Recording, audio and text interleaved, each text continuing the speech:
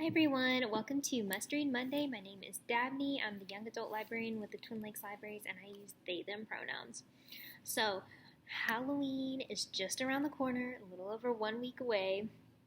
So, I have some of my favorite, spooky reads to get into this time of year. I did one previously by Latinx authors, so check out that video for some good recommendations because I was pulling books and I was like, oh wait, this one, and I'm like, I just talked about that. I can't do it again. I mean, I could, but check out that video for sure. So we're just gonna dive right in with some books. First of all, the manga. Black Butler is just this classic manga anime. If you haven't read it or watched it, I highly recommend it. It's about CL Phantom Hive. So he's a 12-year-old orphan from a very wealthy, powerful family, and his whole family was killed. And now it's just him and his demon butler running the estate. And so his job is he reports to the Queen of England and is basically in charge of keeping the entire underworld of England in line. It's very intense and I love it. It's I don't know how many volumes there are. It's into the 30s at this point, and I just feel like it gets progressively better and better. Of course, you've got Sebastian, the butler, total eye candy, and extremely competent, can do everything perfectly. So this one definitely has some storylines that get more into horror. So you've got a Jack the Ripper storyline. There's a storyline with zombies on a cruise ship. It's horrifying. So it's really good. There's always kind of a mystery and a larger plot going on. I love it so much. For something a lot different, and I've talked about this one recently, Witch Hat Atelier.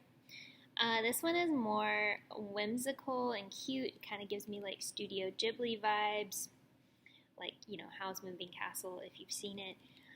So Coco is the main character, and so she kind of stumbles into the world of magic.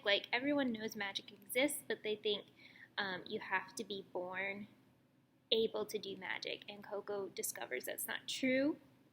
You can learn to do magic and there's spells you can do, but her first attempt at doing a spell backfires horribly, and so now she's on this mission to fix her mistakes, and is kind of an outcast in this society because she didn't grow up around magic and witches, and so she's kind of learning everything.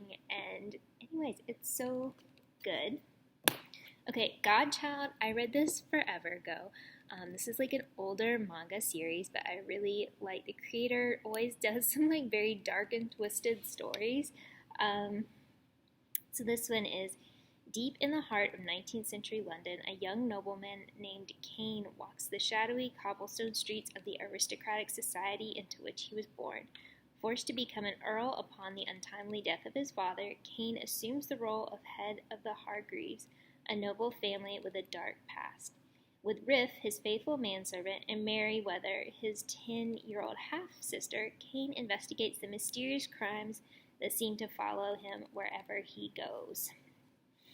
And yeah, I just really enjoy the art and the stories, and now I'm I need to definitely revisit this at some time because I've forgotten everything that happens.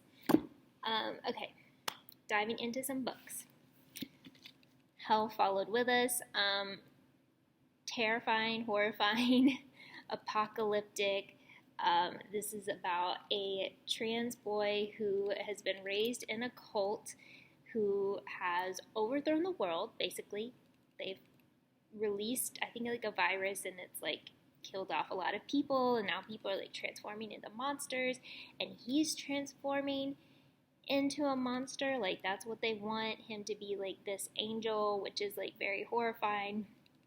There's queer kids who are the resistance, fighting against this cult.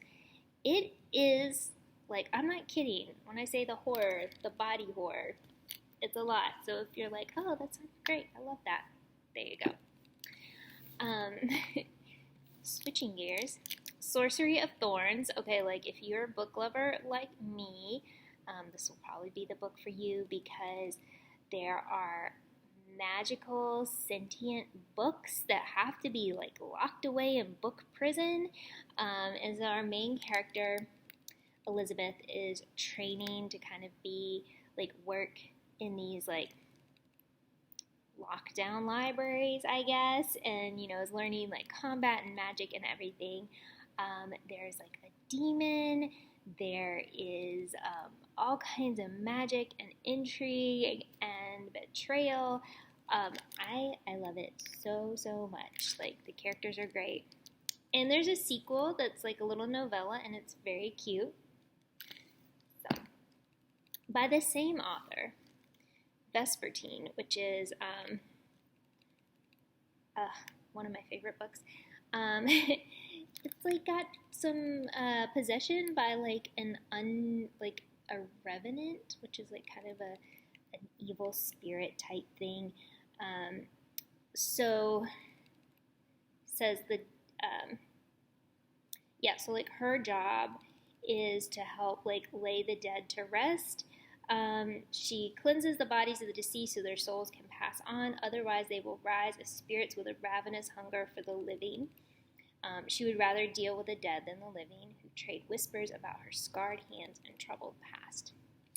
So Artemisia gets possessed by a revenant and goes on a mission, and there's lots of people after them, and battles, and horror, and learning how to coexist with another entity in your body. Not horror. This is just a very delightful fantasy. It's my favorite book about wizards and witches and vampires all together at once. It's Carry On, about Simon and Baz, two dysfunctional roommates who have had a rivalry their entire time at the magical school of Watford until their final year when Baz does not return and Simon gets even more obsessed. And when he does return, he comes back different. And Simon is like convinced to figure out like what happened to Baz, what is going on in general, and it definitely blows up his entire world. It is so good. It's a trilogy. I find them delightful. So if you're not really into horror, but you like fantasy and you want something like witches, wizards, I feel like Carry On would be my go-to. And I'm running out of time, so I'm just going to give quickly a few other ones.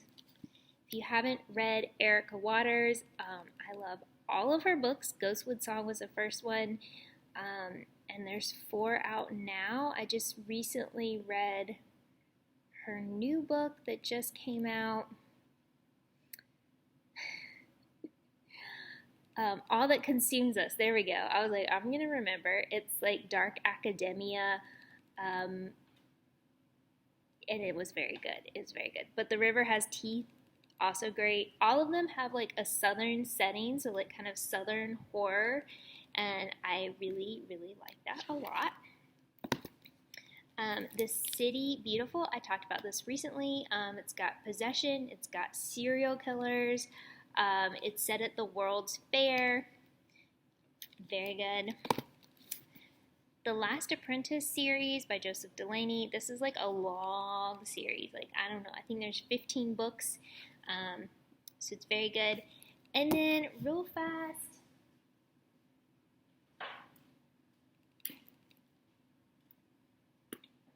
We have all these books.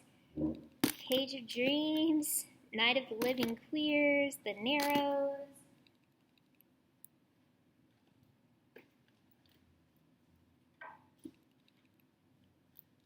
What Stalks Among Us, Monstrous, Together We Rot, Shadow Coven. These are all new books at the Hancock branch, so please come and check them out. You'll find them here in the new book section by our skeletons. I hope you have a great week and come see us soon. Bye.